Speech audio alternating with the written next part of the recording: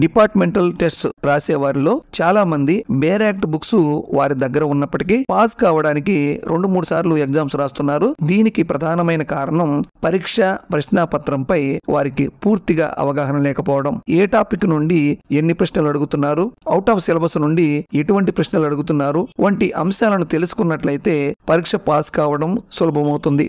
ఈ వీడియోలో GOT 88 పరీక్షల ప్రశ్నాపత్రాలను విశ్లేషణ చేసి ఏ అంశాల నుండి ఎన్ని ప్రశ్నలు వస్తున్నాయి, ఏవి ముఖ్యమైనటువంటి టాపిక్స్ వంటి అంశాలను వివరంగా తెలుసుకుందాం.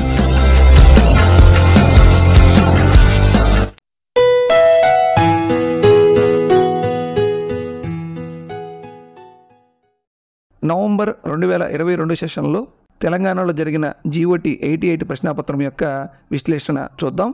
నవంబర్ 2022 సెషన్లో జరిగినటువంటి GOT 88 ప్రశ్నాపత్రంలో RT యాక్ట్ 2009 నుండి 12 ప్రశ్నలు వచ్చాయి.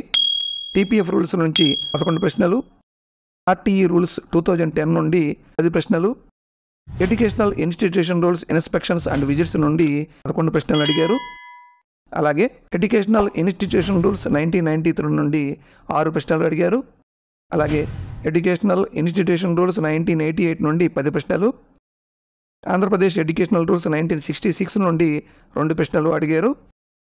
ఎడ్యుకేషన్ యాక్ట్ 1982 నుండి 10 ప్రశ్నలు, RTI 2005 నుండి 9 ప్రశ్నలు, మిస్లేనియస్ అంటే ఇతర అంశాల నుండి 18 ప్రశ్నలు అడిగారు.